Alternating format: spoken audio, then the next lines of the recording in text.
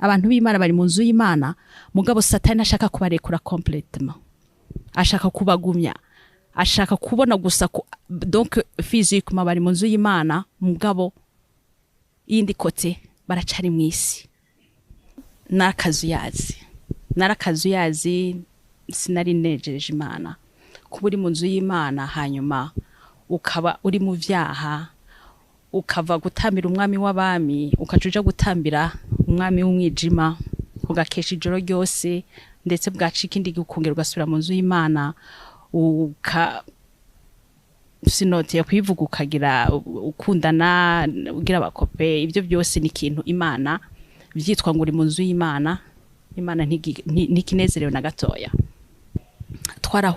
narahuye n'ishure ry'Imana kandi baranavuga ngo iryo shure ry'Imana iyo uriciyemwo ukarirangiza neza ngo urivamwo uri amahoro urivamwo waciye ubwenge urivamwo wabaye undi muntu wundi mushasha.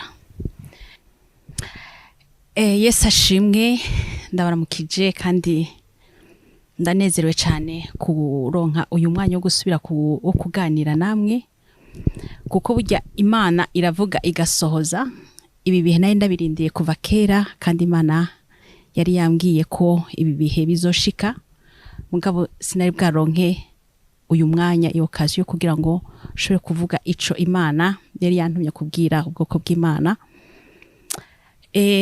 Jere nitwa amazina yanje nitwa Mélyse irankunda ya mugabo abanzi kera nitwa amazina Mukeshimana Micheline mugabo burya ngo iyo Imana ishaka kuguhindurira amateka ishaka kugukoresha iraguhindurira amazina kumwe na Abraham kera yitwa Abraham mugabo Imana imwita Abraham kuko yashaka kumugira ukomeye sekuru w'amahanga. Sara yaramuhindo yitwa Sarai imwita Sara. Imana rero ishaka kugukoresha iraguhindurira izina nanje Imana mpindurira izina yanyise Mélyse irankunda. Rero ndi umurundi kazi mba mu gihugu ca Swede navuye mu gihugu c'u Burundi mu mwaka wa 2007 sinovuga ubuzima nari mbayemwo mu gihugu c'u Burundi sinovuga ngo nari nkijijwe sinari nkijijwe na gato kuko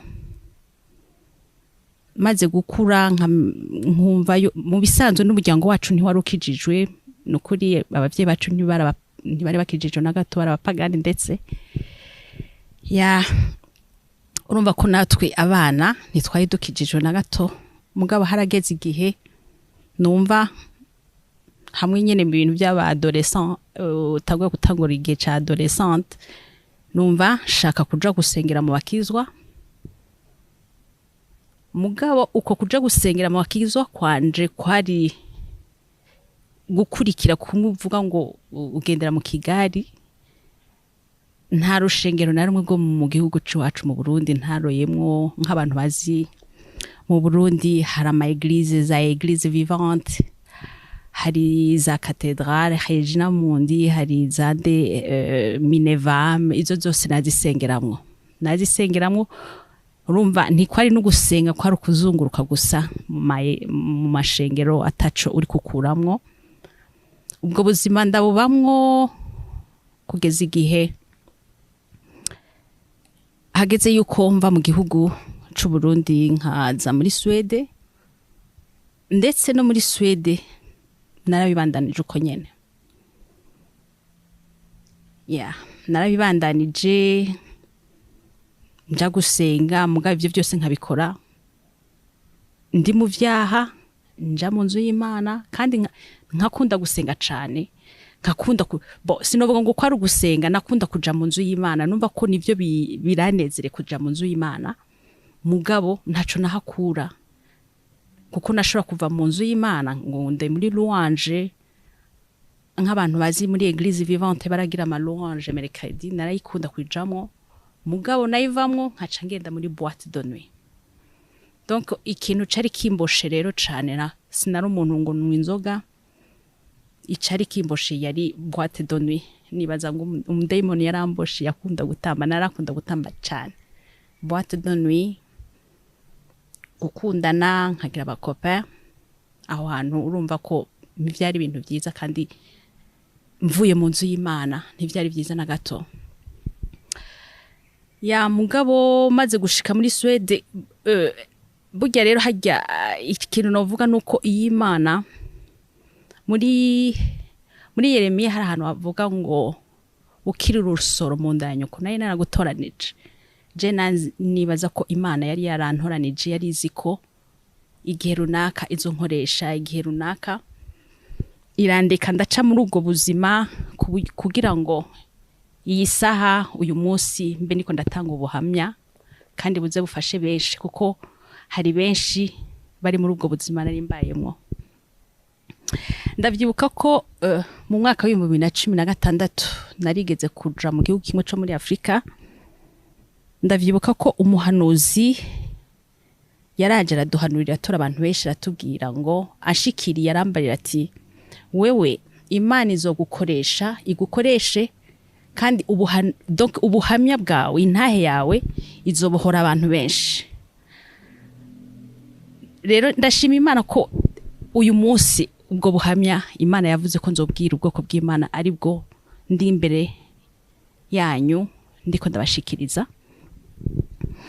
Ya subiye inyuma gato ya rero uko kuntu nyene nagiye muri urwo rugendo rw'akazuyazi mu nzu y'Imana, nkora ibyaha, ndetse nibaza yuko no muri Bibiliya mu byahishuriwe Yohana igice cya 3 haravuga iryo jambo nyene rivuga ngo kudashushe. Reka ndahasome ibyahishuwe Yohana 3:15.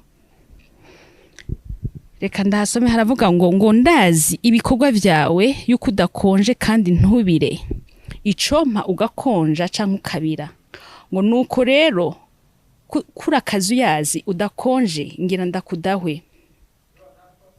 Haleluya. Ndaje ndakudahwe. Jewe kabisa narakazuyazi sinari nejeje Imana.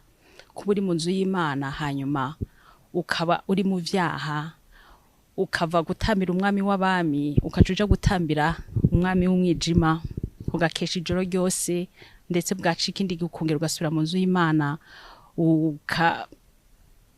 sinote ya kwivuga ukagira ukundana ugira abakope. Ibyo byose ni ikintu Imana byitwa ngo uri mu nzu y'Imana. Imana ntikinezerewe na gatoya. Hanyuma urumva harageze igihe rero maze kugira muri Swede, narabandanije ubwo buzima. Imana iravuga iti enough is enough, ubwo buzima sibwo ndagushakamwo. Maze Imana irandahwa, novuga ngo yarandashwe, kuko ni iri jambo ry'Imana rivuga ngo kudashushe kandi ntukonje, urakazuyazi ndaje ndakudahwe. Imana yarandashwe kuko uko kuntu nyene ntatinye icaha, wacu usanga nyene ngira abakope, nakundanye n'umuntu hanyuma kubera ntatinye icaha ndatwarinda, kandi umuntu yari umuntu atacu tubuze, twari dufise ubuzima bwiza, twari dufise byose pe, dufise byose. Mugabo kwa kundi Imana ibishatse kuvuga iti ngira ndakudahwe, irakwaka ayo mahoro mu mutima. Narabuze amahoro mu mutima, ndabura umunezero, kandi ndahantu dufise byose, dufise inzu yacu, afise akazi keza. Mugabo Imana yarinshize aho hantu kugira ngo ni bimwe byo kuvuga ngira ndakudahwe.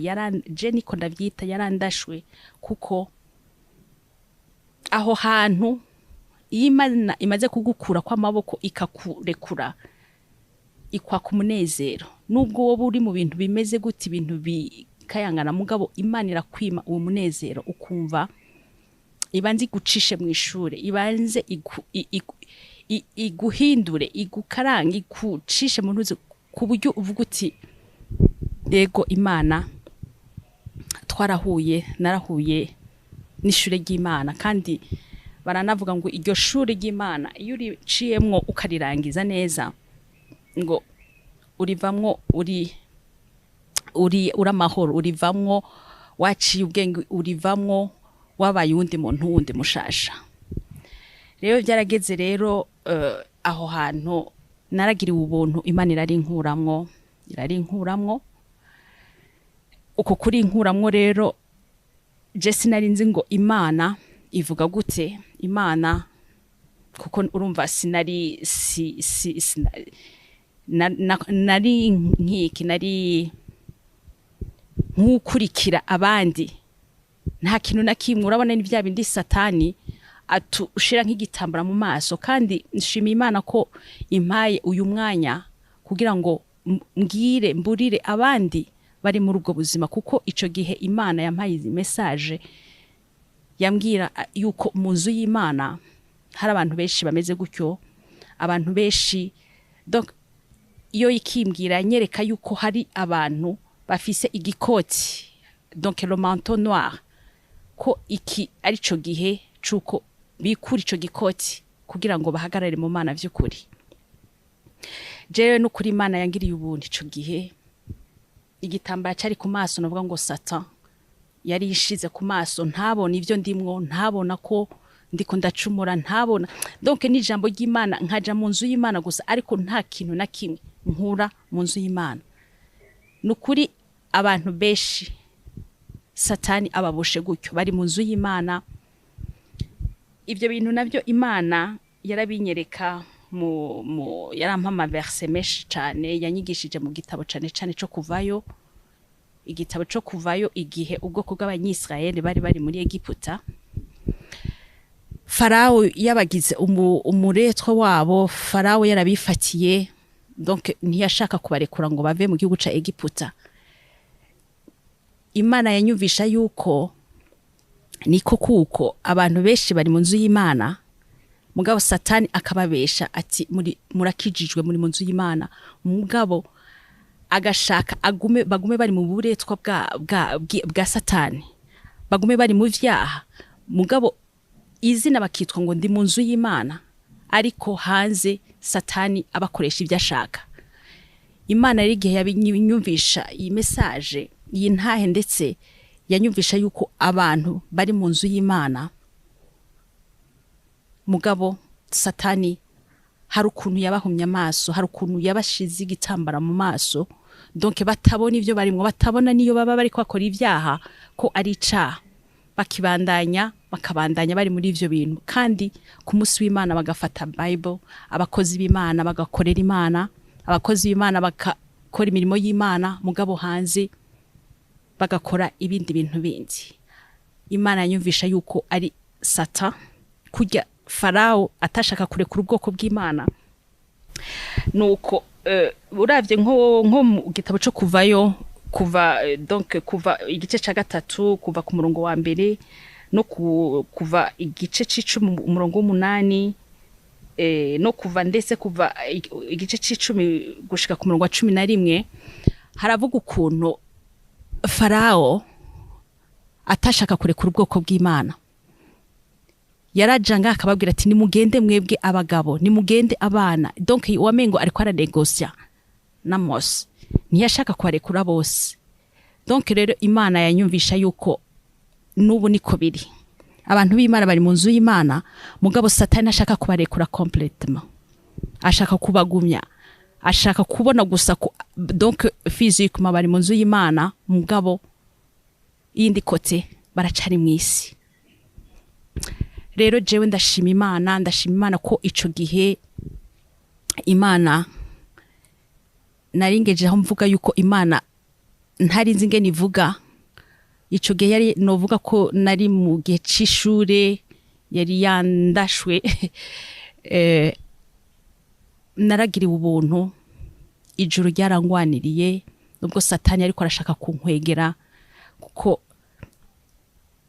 nacagiye cyo gutambikiza navuga ngo ukuguru kumwe kuri mu nzu y'Imana, ukundi kuri mwisi.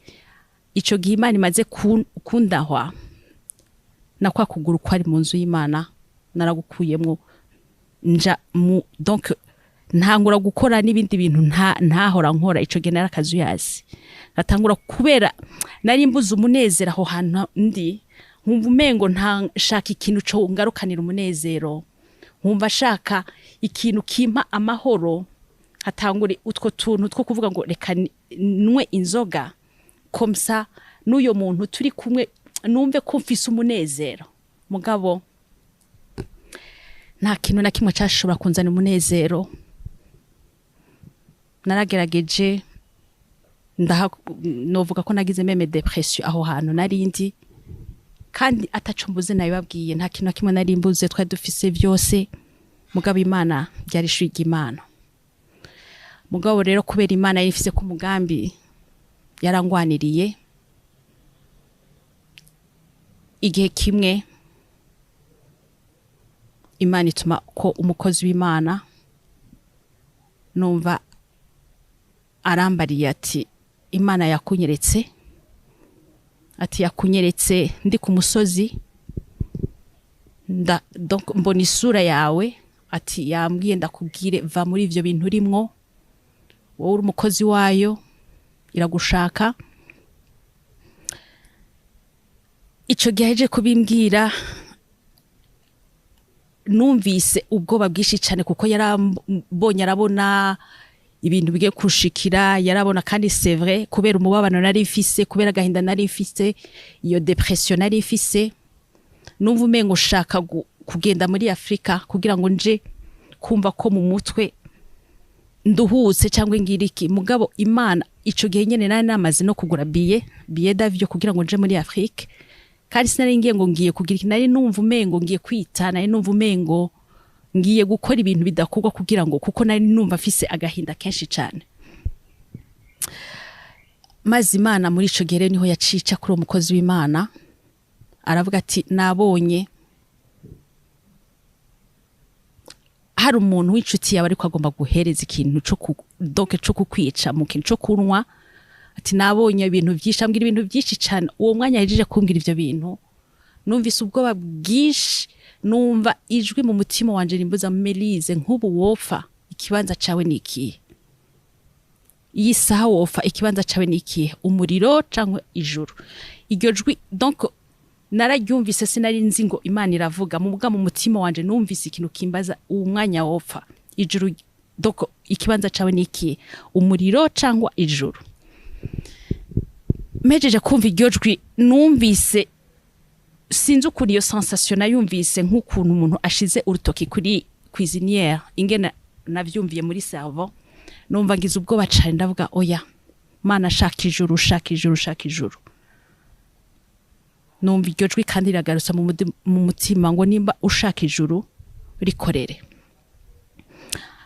no babwira yuko ico gihe sinasubiye kuraba inyuma naciye ngira ubwoba cyane nagize ubwoba bwo gufa nagize ubwoba bw'uko nopfa nkaja mu muriro naciye numva mvuga nti Imana kumbwiye ko nkorera ijuru ndarikorera kubw'ico gihe sinasubiye guhindukira sinasubiye kuraba inyuma rero ico gihe cyose rero niho nari ntanguye urugendo rw'agakiza kanje niho nari ntanguye urugendo rwo guhinduka niho nari ntanguye ubuzima bundi cya gitambara cyari ku maso wamengo kiravuye ko wamengo mbaye undi muntu mushasha wamengo hari mbaye sinzi na wamengo hari iyindi ico gitambara cyo kubona yuko ndi mu vyaha cyo kubona ko wamengo kiravuyeho nca ntangura kubona gushaka Imana ntangura kumva rya jambo ryari ntabona ko hari jambo ry'Imana rihari ntashobora gusoma ijambo ry'Imana nasoma ibitabo bindi mugabo Bible ugasangira munsi bindi bitabo nca ntangurira kugira inyota yo gusoma ijambo yo kurondera Imana ndarondera Imana nukuri Imana nayo icimbera umuvyeyi iranyiyereka ikaziranganiriza inganiriza mugabo novuga yuko burya Imana hari ukuntu ifatira ku majambo yacu tuvuze nibuka ko ico gihe maze numvise ubwo buzima mvuyemwo ijambo nabwira Imana unkuye muri ubu buzima nari ngiye gupfa wandinze urampinduye ntarindi shimwe no guha kuko inzahabu ifeza ubutunzi bwose ni ubufise n'ivyawo.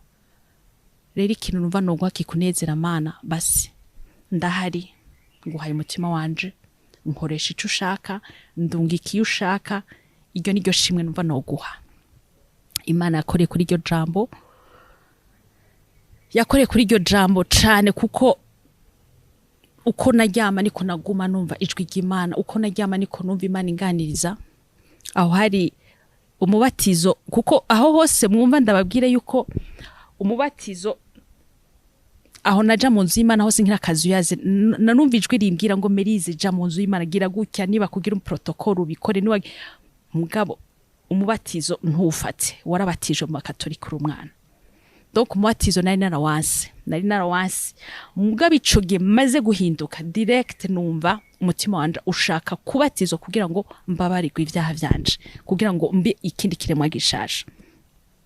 Itariki imwe y'ukwezi kw'icumi itariki imwe y'ukwa gatandatu 2013 niho nakiriye umubatizo. Kuva nakiriye umubatizo sinovuga Imana nayibona ukundi kundi. Imana wamengo nafa gusinzira gatoya nkabona ijwi ry'Imana. Aho hari mu kwa gatandatu nabatizwa maze nko mu kw'icumi na kabiri tugira veye. Hari umukozi w'Imana yaraje muri vile y'iwacu tuza kugira veye, donc yari twashaka kugira ivya Noel. Ndavyibuka turi muri iyo veye hageze nko masaa 9 y'ijoro. Umukozi w'Imana sinzi umwuka wamufashe atora abantu bashika nka 10 ngiriga ubuntu nanje muri abo bantu mba ndimwo. Kandi naratangaye cyane kuko ahantu yantoye nayo nicaye ahantu muri kwe atari gushora kumbona mugabo umwuka w'Imana yagiye aranoba aho ndi kandi sinariko ndanamuraba nayo nunamye numva bariko barankubita urutugu ngo araguhamagara umukozi w'Imana. Uwo mukozi w'Imana yaraduhamagara aratubarira ati umwe wese nusaba ico ushaka. Yadufata amaboko ahagaze kuri podium akavuga ati saba ico ushaka Imana. Maze abantu bari imbere yanje ivyo basaba ntitubitse kuko bavuga buhoro. Jewe rero nari nshikiriwe afasha amaboko numvise nk'ukumengo mpagaze nko kuba kuri hasoro ukuntu amaguru adashika hasi. Numva ijwi riraduze nk'ukumengo rizamutse mu mubiri wanje. Numva ndatuye navuze ndi nko mu yindi donc mu yindi esprit. Numva mvuze n'ijwi rirenga ngo shaka unkoreshe kuko naciye nikubita hasi. Bagiye kunsubiza kwicara numva kwa kundi yuvuye mu ntuzumva umengo warushe. Kuva ico gihe Imana kabisa aho ndi hose itangura kuzinganiriza ijambo ry'Imana. Nabandi muri basi nkumva haraje nka topic ikaca nkumva iri kwiragani. Donc haraje Imana yarampaye amajambo menshi cyane y'Imana. Nkumva aho ndi hose ijwi ry'Imana riko riranganiriza kandi rikampa ijambo ry'Imana. Nkumva iyo topic iraje nkumva ririko iri developa muri jewe. Iryo rigahera nkejo hakagaruka irindi. Donc nkagirirwa presence y'Imana cane. Naho nabandi muri basi amosoza kaza ku buryo nihanagura nkaraba hirya nkibaza ni abantu baba bibaza ngo nabayiki. Mugabo yari presence y'Imana. Imana ibiri kwirangenderera. Nibuka ko hari umukozi w'Imana nabibwiye umumama w'umupasteur twabana twari en contact ico gihe ndamubwira ivyo bintu bishikira arambarira ngo iyo ni Imana iri kwiragutegura ati ahubwo ndaguhanure ugendane block note igitabo n'ikaramu. Igihe cyose uzoba wumvise iyo sentimije iryo jwi rije ucuza urandika. So ndabigenza uko birabandanya uko nka 2015 numva kandi igihe kimwe ndoye mu gihugu kimwe cyo muri Afrique kuko dejima naho yari yamaze kumpereza iyo message yo kuvuga ngo abantu biyambure igikoti le manteau noir ngo ça lever le manteau noir. Aho hantu nari ndi muri iyo église narabahaye message irabakorako cane maze twara ahantu hamwe igihe kimwe turi abantu benshi hato umuhanuzi yarahari twari tugiye kuraba kuko twari kumwe n'umukozi w'Imana tubwira ati hari umuntu tugiye kura umukozi w'Imana donc n'umuhanuzi yarahanuriye abantu bose anshikiriye yarambariye ati wewe Imana igiye kugukoresha cane ati intahe yawe igiye kubohora abantu benshi cane jewe nafuye kwakira ndavuga amen kuko sinayinzi ngo iyo ntahe ni nyabaki mugo wewe iyo ntahe yavuga niyo uwo mwanya sinumva ngo iyo ntahe ariko arambarira ni nyabaki Imana izo nkoresha subiye inyuma nkaja muri Swede aho rero Imana iranyigisha iyo ntahe yose nararara amajoro nkavyuka saa 8 y'ijoro sinsubire gusinzira ikashushaniriza ikanyereka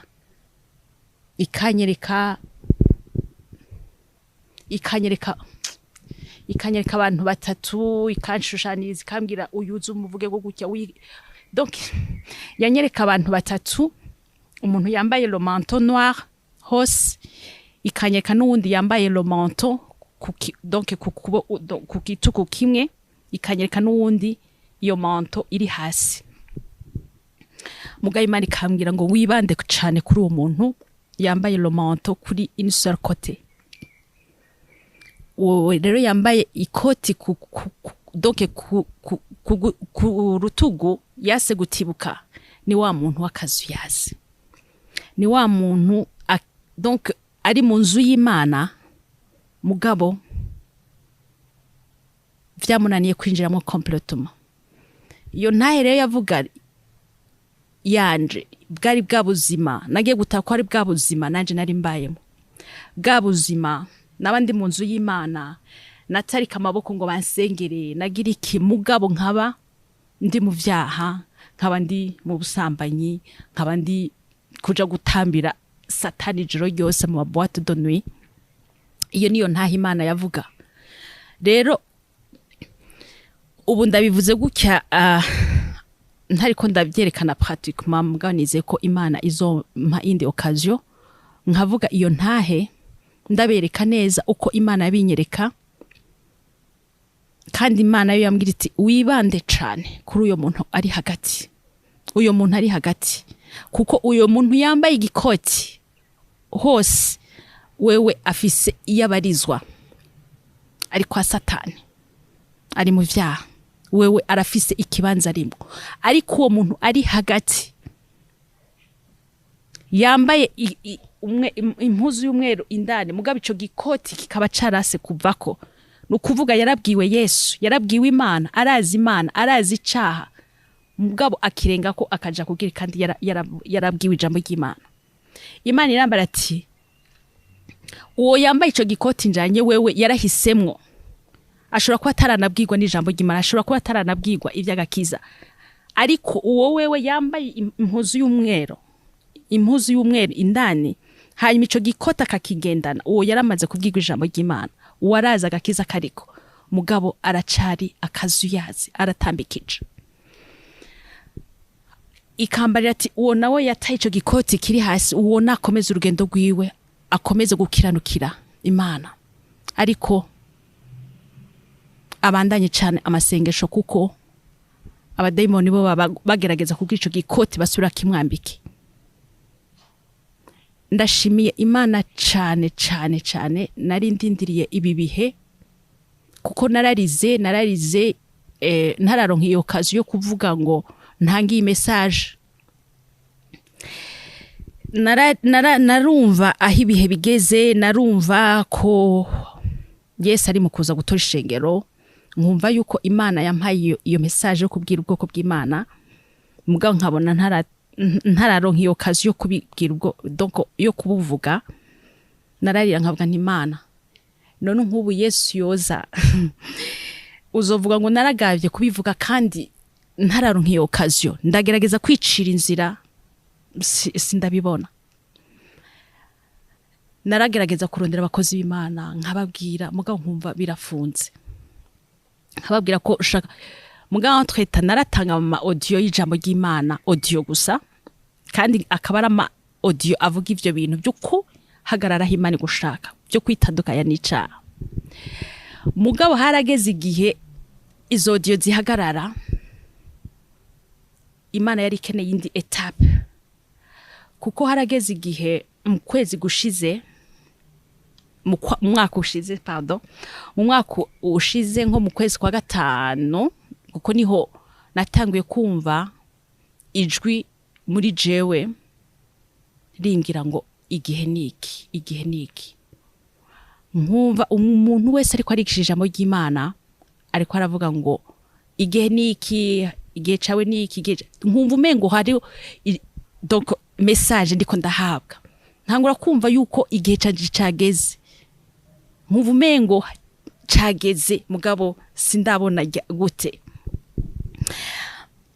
Je rero numva narakunda, urumva nababwiye ko natanga ama audio, surtout novuga yuko hari n'abaririmbyi bahora baririmba, novuga nk'umuririmbyi Israel narakuramwe indirimbo ziwe cyane, nkazikura mu ijambo ry'Imana, nk'indirimbo ya Israel ivuga ngo igihe niki ngo wiyambura ubwirabure, n'izindi. Imana imuha umugisha Israel, ndamukunda cyane. Izo zaramfashije mu gutanga ubwo butumwa, kukwiyambura ubwirabure si ubuhoma bwo ku mubiri, no, ni ivyaha yavuga. Hanyuma zimwe narazandika, nobabwira ko hari n'indirimbo ndi muri primaire, nari mwana muto mugabo twigana n'abana babiri bakijijwe, abakobwa babiri bakijijwe, bararirimba, bari muri chorale. Iyo ndirimbo, hari indirimbo baririmba nayo yari yarabaye kole mu mutima wanje, asimenye impamvu.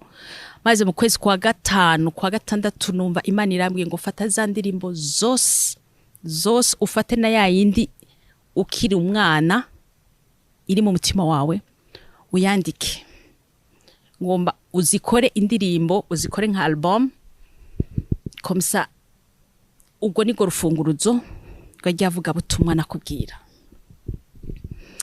Indirimbo ndazandika, Imana inzanira umuntu azifasha kuzikora.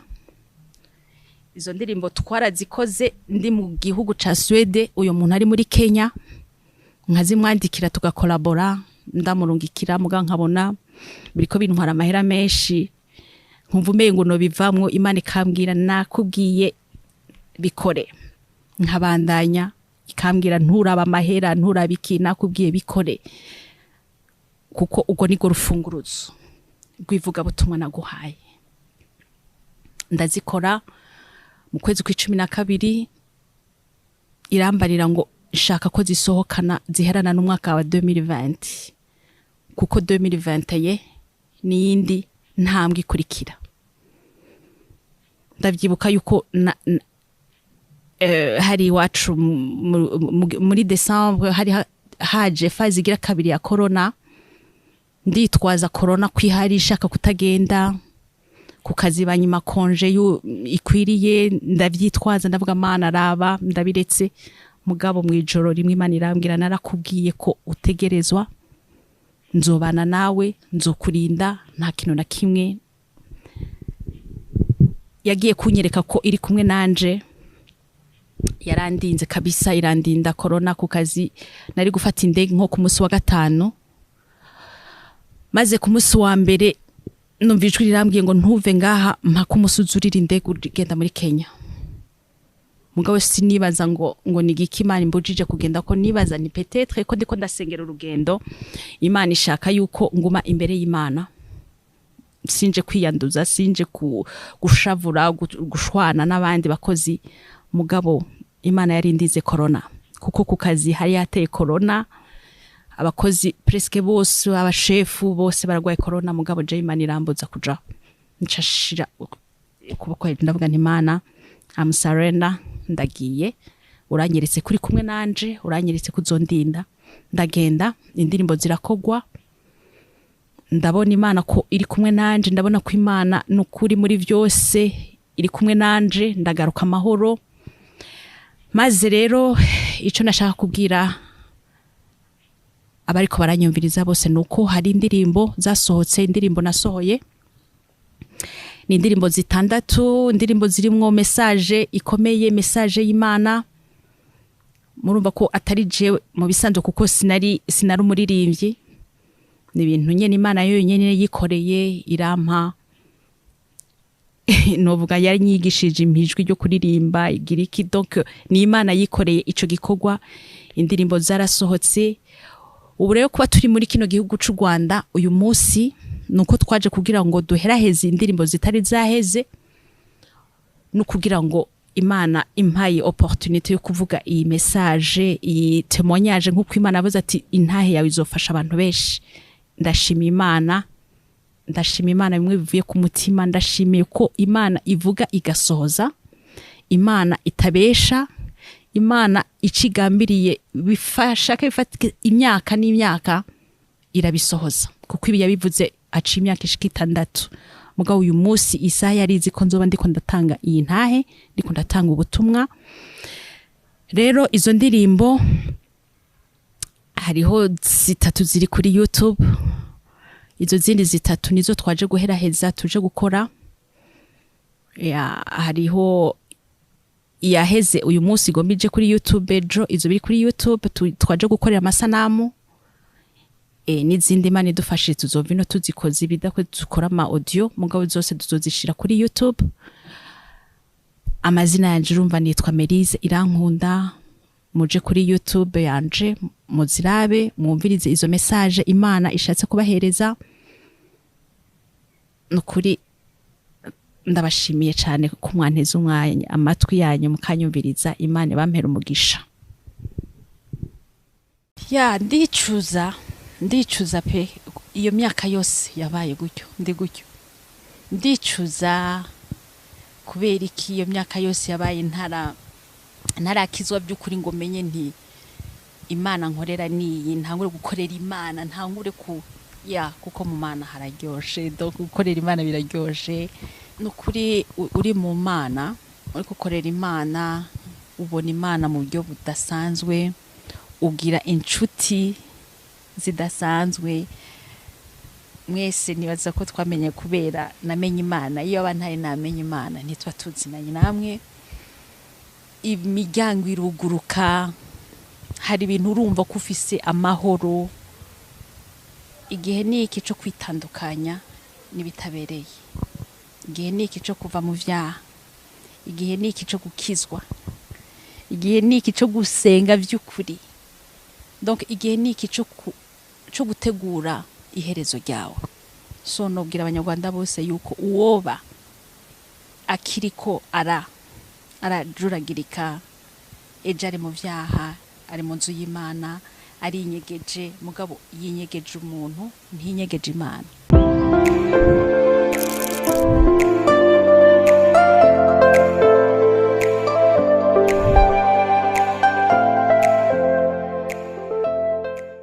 Ibihe byiza nshuti mukomeje gukurikira gahunda za Irere TV, twizere ko mumeze neza kuko nibyo tubifuriza. Abatameze neza namwe turabihanganisha, izo ntambara n'ibigeragezo murimo munyuramo bizavamo ubuhamya bw'ejo hazaza. Ndi Christian Abayisenga kuri kamera.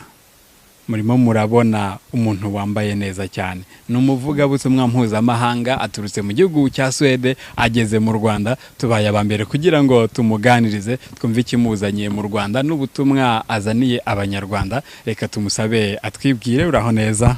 Ndaho Christian. Amakuru ni meza, ndashima Imana. Umeze neza, urashima Imana, wambaye neza. Urakoze cyane. Yego, ngaho twibwire.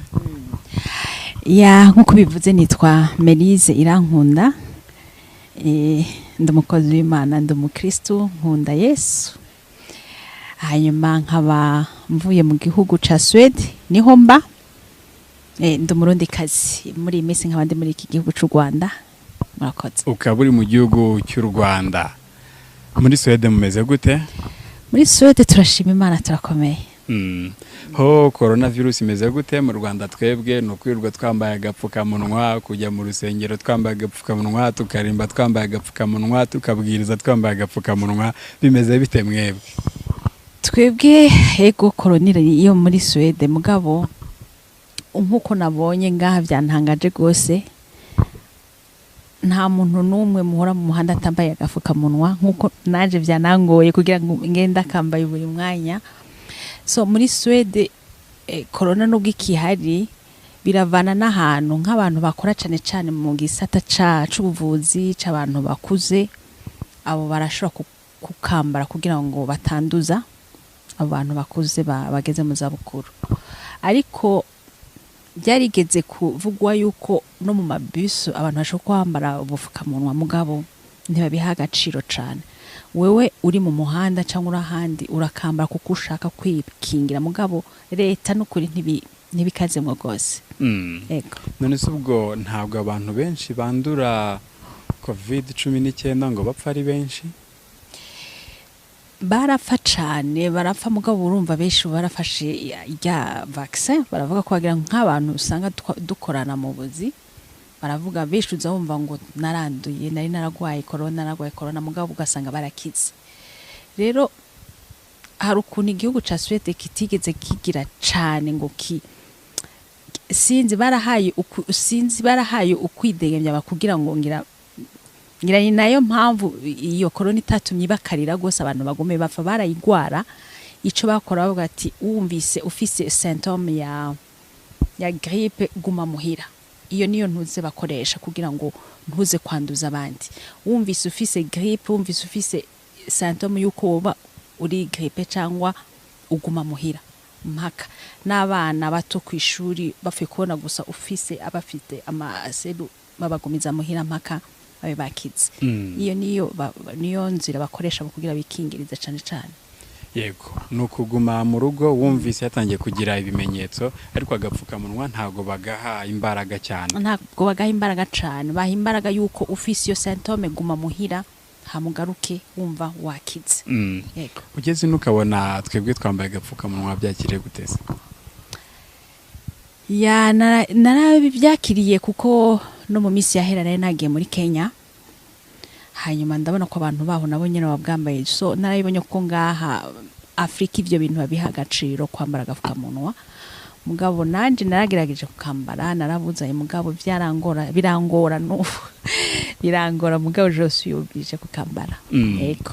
Ntago bigeze ukibagirwa ngo uhure n'abantu wabonye byari bimeze gute? Naraba ndagafise mugabo nkumva haragera igihe numva ko nshuhiwe nkagakura nkaza kwirota uruba. Hari n'abariko barandaba mu muhanda bakabona umengo ndo umuntu nyene ntazi, kuko bazi ko bose bakambaye, mugabo je nkabona ndiko ndagenda nagakuye bakandaba nk'igitangaza. Byarasekeje cyane. Nawe numara iminsi myinshi uraza kukamenyera ubutwebwe ahubwo weshye ugasohoka utakambaye, uhita wumva hari ikintu gikomeye ubura, ugatuba ati niki kintu numva mbura kuri ngiye kurumva ari ikintu kiri kubura. Yego. I Kigali wahabonye gute? Nahashimye rwose. Nkiri muri Swede bavuga yuko hari imvura nyinshi, ahubwo bavuga ko ihitanye. Nari mfise ubwoba, ariko na Imana ngiriye ubu nta n'imvura iragwa kugira ngeze ngaha. Yego. Wakiriwe n'imitingito myinshi iri kuba cyangwa iturutse kwiruka ry'ikirunga cya Nyiragongo? Yego, narayumvise imitingito kweli, narayumvise. Mugabo ntabwo yaguteye ubwoba? Yego, nagize ubwoba, mugabo nkiri joro bavuze ngo yariho, mugabo ntayo numvise. Imana yarampaye itiro ndaryama. Ndayishimiye. Uri umurundi uba muri Swede uje mu Rwanda. Wagiye muri Swede gute se? Nagiye nkuko abandi bose bagenda, narasabye visa ndagenda. Yego. Niho utuye cyangwa ubi Burundi warangiza ugahita usimbukira muri Swede? Niho ntuye, niho mfise akazi, niho ntuye, ahubwo nsimbukira i Burundi kuramukanya. Muri Swede niho utuye? Yego. Ugiriye uruzinduko cyangwa urugendo mu Rwanda, uzanywe n'iki? Urakoze kumbaza ico kibazo. Naje mu gihugu cy'u Rwanda kubw'impamvu zitandukanye. Naje fise indirimbo ndiko ndakora zasohotse mu kwezi kwa12, mugabo ntizaheze neza, narinje kugira ngo ndaziheraheze. Hakaba nivuga butumwa nzaniye abanyarwanda n'abandi bashobora kuzonkurikirana. ivuga butumwa uzaniye abanyarwanda nirihe? D'abord izo ndirimbo zirimo ivuga butumwa, zirimo message yo gukangurira abantu. Urabona ibi bihe nyene turimwo nk'uko uri kurabimbwira babyita gute, imitingito tremblement de terre, tukumva ivyo biriko biraba by'amavolcano ariko arabaho muri Kongo, ivyo byose nibihe biriko biratwereka aho turiko turagana tuja.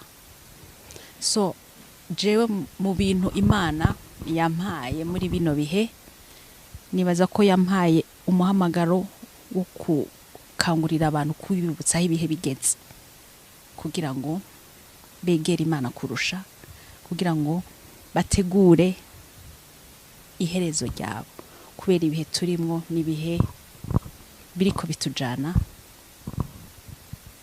ku iherezo ryacu. Yego. Kuki uje mu Rwanda ntujye ahandi? Imana yagutumye ku Rwanda? Oya, ntiyantumye ku Rwanda gusa, ufite naje ngaha mu Rwanda kuko mu bintu kubera indirimbo za gospel, indirimbo zivuga butumwa, nibaza ko ngaha mu Rwanda nukuri mwaragira ubuntu mu kintu cereke ico kintu ca music, gukora indirimbo, kuivuga butumwa, kuryamamaza gushika mu gihugu cy'u Rwanda murabishoboye. Niho nashoboye kuza mu Rwanda kugira ngo bashobore kumfasha. Nk'iyo utekereje u Rwanda urutekereza gute mu bijyanye n'ivuga butumwa, cyangwa urubona gute? Twe turemera nka twe turi hanze tuza dukurikirana ubutumwa kuri ma YouTube. U Rwanda ndiko tubona ni igihugu ca mbere tubona twe twemera yuko ku kintu cerekeye ivuga butumwa, cerekeye kwamamaza bice mu ndirimbo, biciye mu igihugu cy'u Rwanda kiri imbere, kiri avance gose. Ego.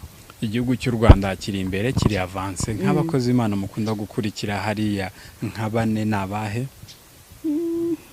Ni benshi. Ni benshi. Bon. Dena nakurikirana Apostro Gitwaza, nkamukurikira Apostro Masasu, hariho n'abandi benshi baza babucisha kuri YouTube ndakurikira. Sinovuga ngo ndabaza amazina cyane, ndakunda kubakurikira. Hari bitwa ba Mama Charles naramukurikira. Ni benshi tuza iyo turi muhira uvuga uti reka byo ndenga ukumva ubutumwa buguhezagiye, ukumviriza n'abakozi Imana benshi baduhezagira bura. Kuma muri Swede hari abakozi b'Imana, nabo no mu bindi bihugu by'Uburayi hari abakozi b'Imana. Kuki mufata umwanya mu kumva abakozi b'Imana bo mu Rwanda? Ngira biravana nuko baba ariko baravuga n'ururimi rwacu twumva twisanzura kumva, kandi yego cyane ururimi. Kandi no nka twebwe turi mu gihugu ca Sweden, nta bakozi b'Imana bariyo cyane bavuga ngo hariyo batanga ubutumwa bwe. Aha niho tubona yuko twisanzura kuraba umukozi wese w'Imana atandukanye, uyu reka numvirize, uyu reka numvirize, kandi bagatanga ubutumwa butandukanye bushaka kudufasha no muri gwa rurimi nakubwira. Yego. Hariya haba insengero? Zirahaba. Insengero zose zimeze gute? Ujya mu rusengero cyangwa usengera online? Uri umukristo wo mu Rwanda ariko usengera online? Amasengero hari n'amasengero ya kera novuga yaba Swedwa, kandi ntibiba byoroshe kugira ngo tuyajemo kuko baba ari uragenda nyene kugira uge mugabo usanga ari babantu ba kera, y'amasengero ya kera ya Pentecote, aba Anglika. Aya amasengero mashasha yo barimwe nk'abantu bakiri new generation, ukuntu si menshi mugabo nkaho ndi muri viri mbamwo irahari.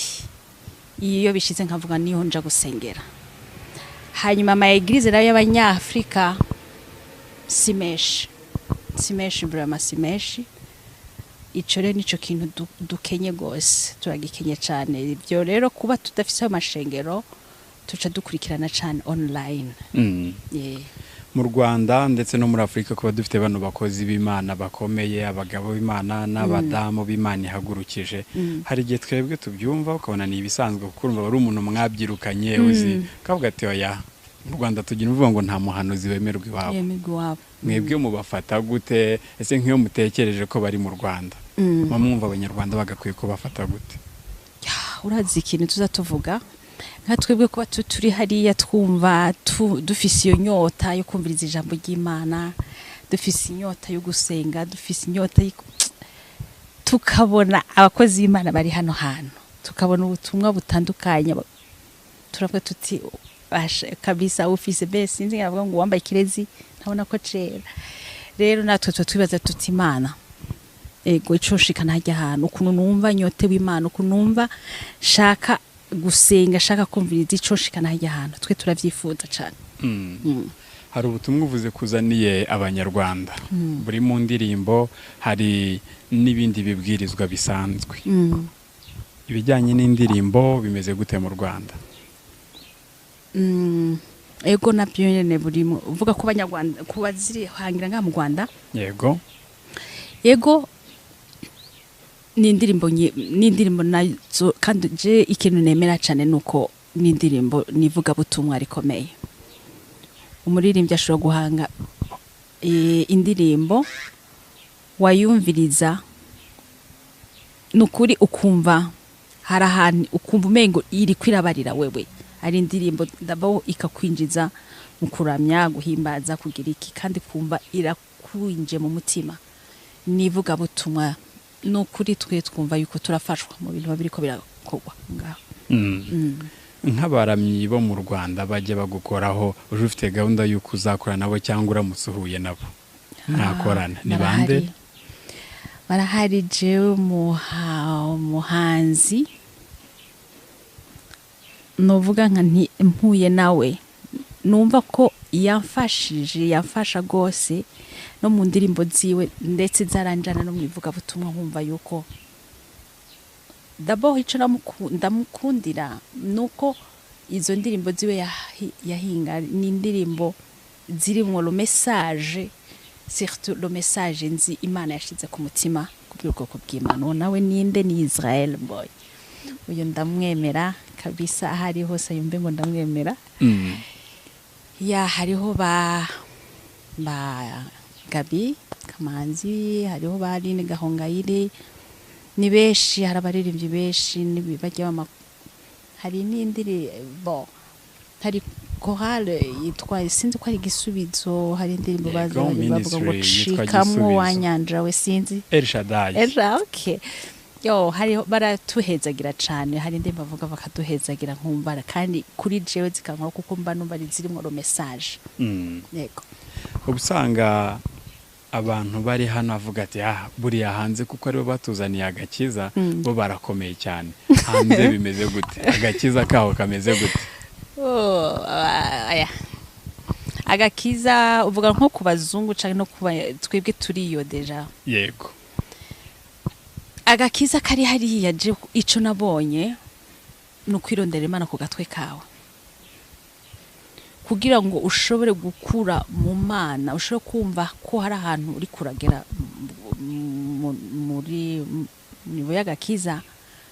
Je mbona heshi no kuwironderera Imana ku gatwe kawe, kumenya ingene ugira ubusabane n'Imana, ingena usenga urondera Imana, aho urakura mu gakiza, urumva ko Imana iri kumwe nawe. Mugabo byo kuvuga ngo hariho abantu bashobora kugira bagukuza ishengere, gukuza ko biragoye.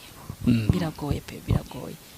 Nivyo nyene bakurikira online bagira iki, mugabo kugira ngo ukure wewe nyene personnellement, ukure mu gakiza ni wewe n'Imana. Urayishaka ku gatwe kawe kandi urakura, kuko nka jewe ndazi yuko agakiza kukuri kumva ko nkijijwe by'ukuri nakaronke i Burayi, kandi a partir ico gihe nta wundi muntu novuga ngo yaciye amba hagufu umukozi w'Imana. Nashatse Imana ku gatwe kanje, kandi nkaza mbona uko nza ndakura mu gakiza. Wakuze gute kandi nta mubye wo mu mwuka wari ufite ngo kube hafi? Wabigenje ute? Ngikizwa abantu numva eglise novuga nubwo yari kure yandi, navuga nti nakunda gukurikira yari Zion Temple. Zion Temple niyo ngikizwa yari proche yanje nubwo nagira iki nubwo ego n'abakozi b'Imana bamwe narabavugisha mugabo narabakurikira mu majambo numva iri hafi cyane numva umengo ni eglise mère yanje ego mu nyuma nubwo ntabandi peut-être ntagize iki ngo ngira iki mugabo ahanini cyane ni jewe nanje nacinda bigira mu ruhara nza ndironderera Imana ikanganiriza kandi ngira nuko n'Imana yifise ku mugambi yarifise ko hari umuntu yatarakura mu gakiza gitangira gukizwa kumubwira ngo agiye kuganira n'Imana akavuga numva Imana nta kintu iri kumbwira byari bimeze gute icyo gihe wowe uri wenyine urimo ushaka Imana ku giti cyawe wayishakaga gute? D'abord je gukizwa kwanje sinayinzi ngo Imana yavuga mu gaje nariyumviti Imana igihe ico gihe nakizwa narumvise ijwi ry'Imana narumvise ingena niho natangwe kumva ko Imana ivuga. Ahari nka rya rukizwa byagenze gute? Imana yakuvugishije gute yakubwiye iki? Numva ko ni birebire iyo nkuru kweri ni ndende gose mugabo na gerageza yicemo mu ncamake ukorereza ime. Nakijijwe neza hamwe byo kuvuga ngo sindi gutya ku 2013 wigeze uba gutyo? Yes. Byabaga bimeze bite bimeze gutyo? Nukuvuga ko ntari mpagaze mu Mana cyane nari ukuguru kumwe kwa kundi isi kundi kuri mu Mana. Ubwo bimeze bite gukunda isi no gukunda Imana? Narakunda kuja mu isengero nkumva yuko nkunze Imana nkunze kuja mu rushengero nkunze iki mugabo ntibimbuzo yuko numva nkunze kwigira hanze gusohoka ibyo mugabo byaheranye na 2013 Imana irarambiye ubwo buzima nari ndimo kuva mu nzu y'Imana hamukacuja muri boîte de nuit ntibyari ibintu binezereza Imana. Narakunda kwiryohererwa hanze iyo nyene muri boîte de nuit gusohoka mugabo nkakunda kandi no kuja mu nzu y'Imana nubwo aho mu nzu y'Imana najamwe ntaco nahakura wamengo mbe bavuga sinzi naraja yakana kintu na kimwe nahakura nta nijamwe nari ndahazi nta kimwe mugabo wajyaga ugiye gukora yikize gusenga nyene kuja kumva ko neze kuja mu nzu y'Imana kandi bagatarika amaboko nkatarika naje nka uko ndiko ndagira mugabo atakintu na kimwe cinjira muri je. Wava mu rusengero gata wigira mu kabari cyangwa muri boîte? Mu kabari sinaje sinanywa inzoga sinageze n'inzoga nakunda cyane boîte nakunda kwitambira nava gutambira Imana nkaza gutambira Nese kuva gutambira Imana ugatije gutambira muri boîte hari abantu ushobora kubyumva ko bati nese ari cyaha kirimo ni icyaha se Imana arabikubujije? Yamaze kumenya intoze urumva ko si ibintu bijanye umwijima n'umuco ntibijana ni kwija mu Imana yoga ntibijanye wumva uri kutambira umwami w'abami ukaja gutambira umwami w'umwijima hariya ni umunsi wa nyuma ureka kujya mu rusengero ngo ujye no muri boîte icyarimwe ni ryari byagenze gute kugira ngo bireke? Umunsi nahiba kuja muri boîte kavuga ati ngiye njye mu rusengero gusa sinzo kandagira muri boîte so ubundi ntago wahakandagira muri boîte Chris kwa kandagira ntago wajyayo navyo nibaza ko noja kuja gutambira yo ngo je gutamba ndari ndakeshije nje gutamba nje kugire oya ntavyo nogira oya pe. Kubera iki? Kukwera narahisemo nahisemo gutambira umwami w'abami. Uhitamo byagenze gutese? Hari umuntu ushaka kuba ameze nkawe kwa kundi watubwiye wari umeze akava mu rusengero avuye gutambira Imana agatajya muri boîte akararamo agakesha akavuga atari bunye narabatijwe nakire Yesu Kristo nk'umwami n'umukiza. Yego wowe wabibujijwe gute? Jewe nabibujijwe nuko nyene numvise ijwi ry'Imana rimbwira. D'abord ubwo buzima nari ndimwo bw'akazu yazi nagira ndakubwire d'abord nizo ndirimbo zanje Imana ofete ubwo buzima nari mbayemwo bwo kazu yazi ni nabwo Imana yaciye impa ku mutwaro kubwira abandi bantu bari muri ubwo muntu, kuko n'izo ndirimbo zanje umutwe w'izo ndirimbo, donc indirimbo iri izitirirwa niyo nyene ivuga yuko kudashushe kandi ntukonje ndaje ndaku. So rero Imana yari irambiye ubwo buzima nari ndimwe bwo gukonja no kazuyazi kwa narakazuyazi. Imana yicishira ku mutwaro wo kubwira abandi bari muri ubwo buzima, kuko barahari, si boite gusa, hari abari mu nzu y'Imana kandi bari mu bindi bintu byinshi cyane aho hanze. Ivyo rero nivyo Imana irambiwe kuba kazuyazi. Ibyo ngibyo nivyo Imana irambiwe. Ari urusengero uteganya kuzajya kubwirizamo mu Rwanda? Urabona Christian, niho ngishika ngaha uno musi ugira kange n'umusi ugira kane, turacari muri ivyo bintu byuko turiko dukora izo ndirimbo tuziheraheze neza, ndetse harimwo nk'iyo ndirimbo nyene irimwo kudashushe kandi nyene ariyo yitiriwe izo ndirimbo zanje, niyo turiko turakora kandi niyo tugomba gukorera amasanamu komisa ije hanze, abantu bayumve. Nivuga butumwa rikomeye riri muri ayo mantuze, kuko buravugamwo ubuzima bwanje ingene nari mbaye.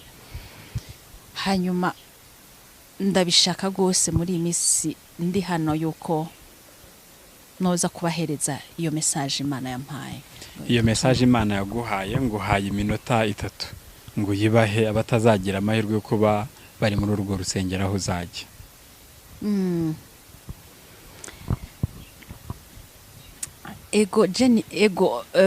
Kuyivuga birambuye, nibaza ko Imana izompa uwo mwanya, kuko nitanga ibihe, nitanga byose, nitanga umwanya.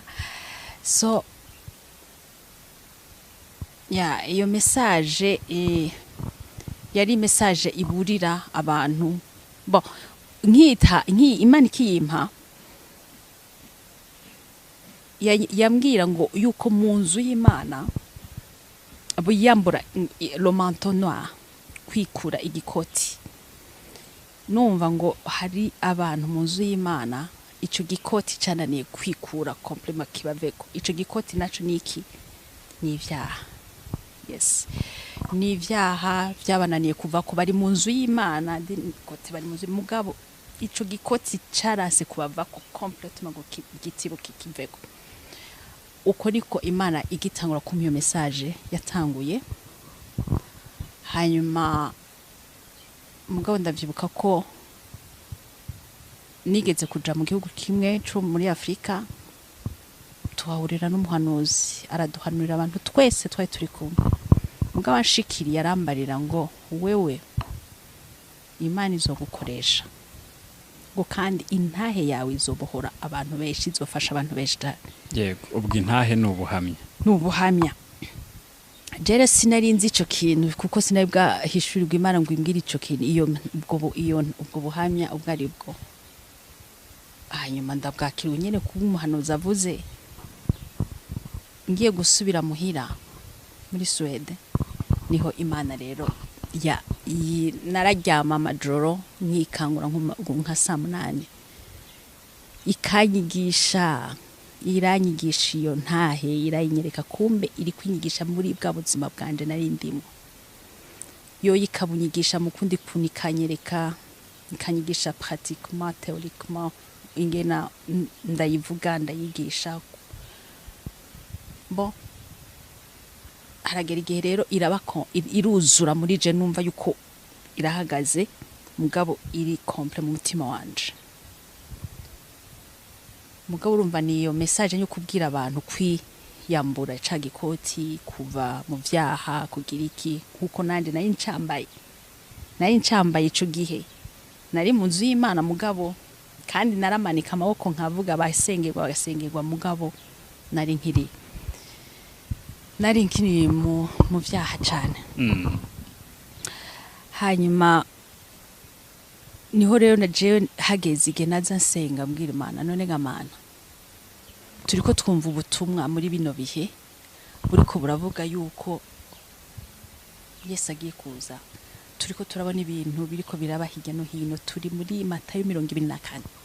Matthieu 24 ibihe none wowe wampaye message ngo mbwira abantu simbona aho iri kwiraca simbona aho nca ndicira inzira ntibikunda nkicinzira pe bigafunga mugabo mu mwaka ushize mu kwezi kwa gatanu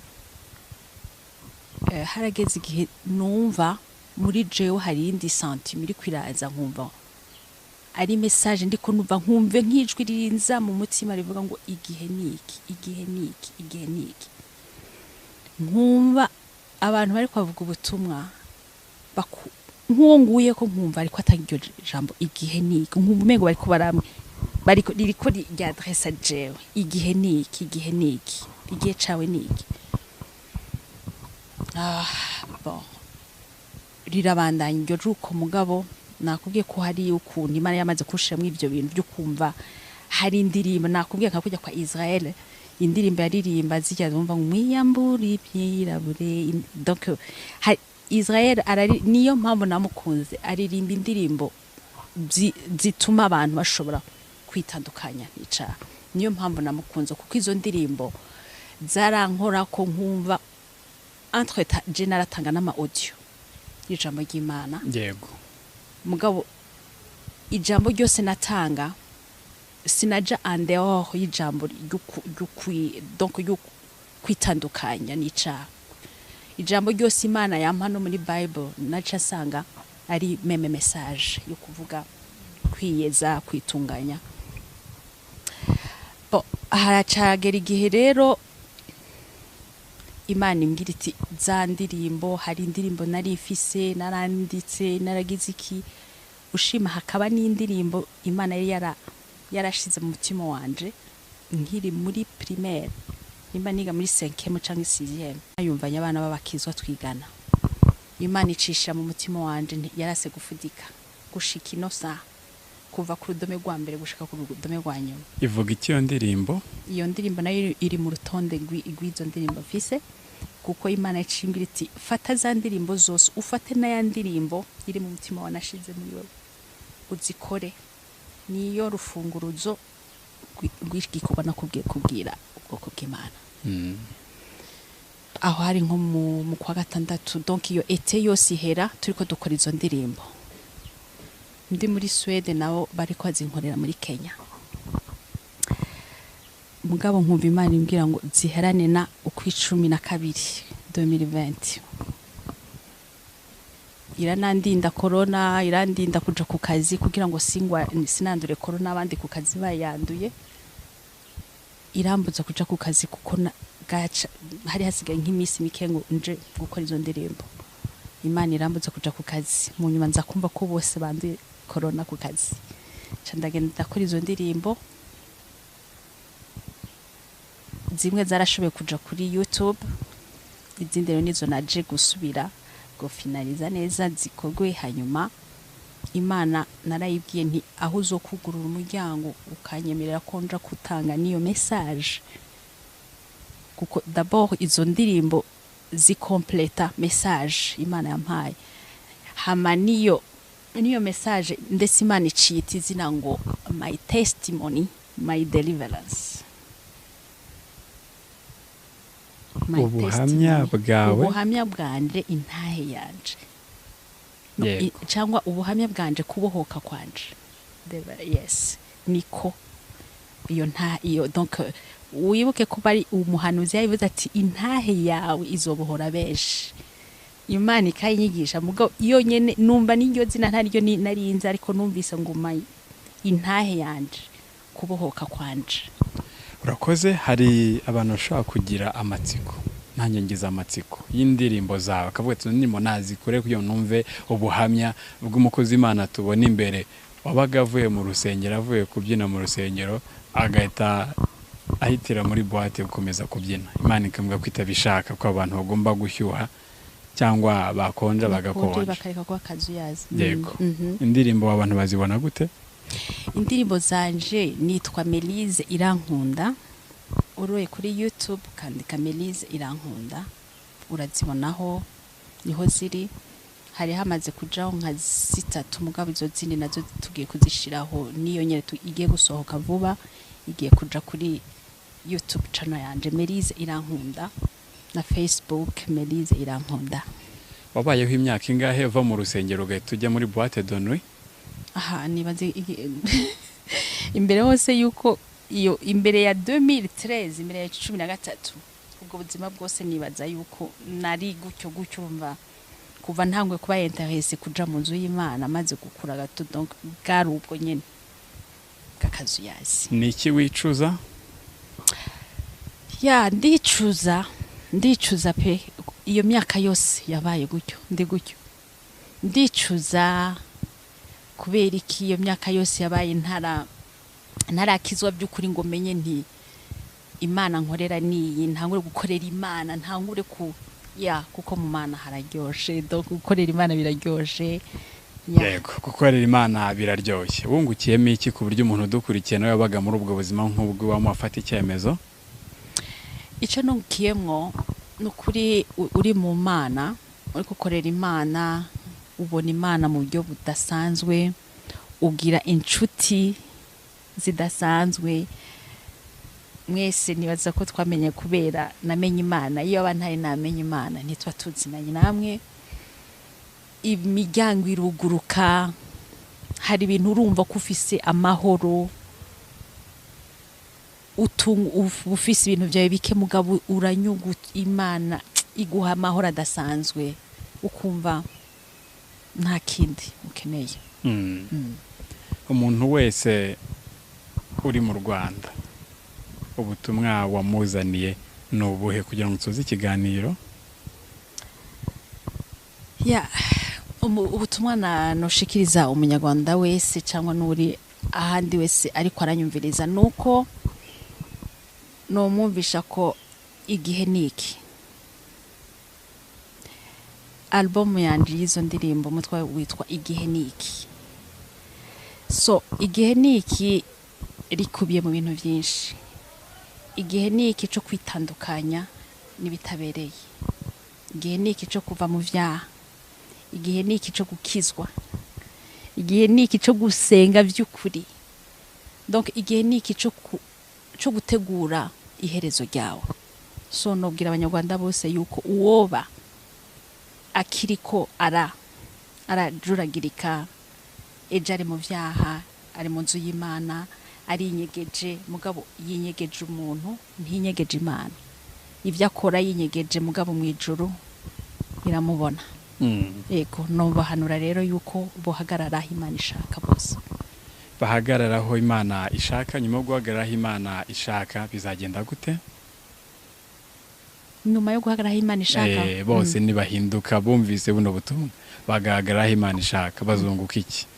Yo bazogira iherezo ryiza bazobona ijuru yego iherezo ryabo rizoba ryiza kuko Satani we ubu ariko arabasuka kuko ashaka kubakwegera wa musi wa nyuma aronka abanywanyi beshi. Rero igihe niki haracara umwanya bagarukira Imana iracari ku ntebe y'imbabazi.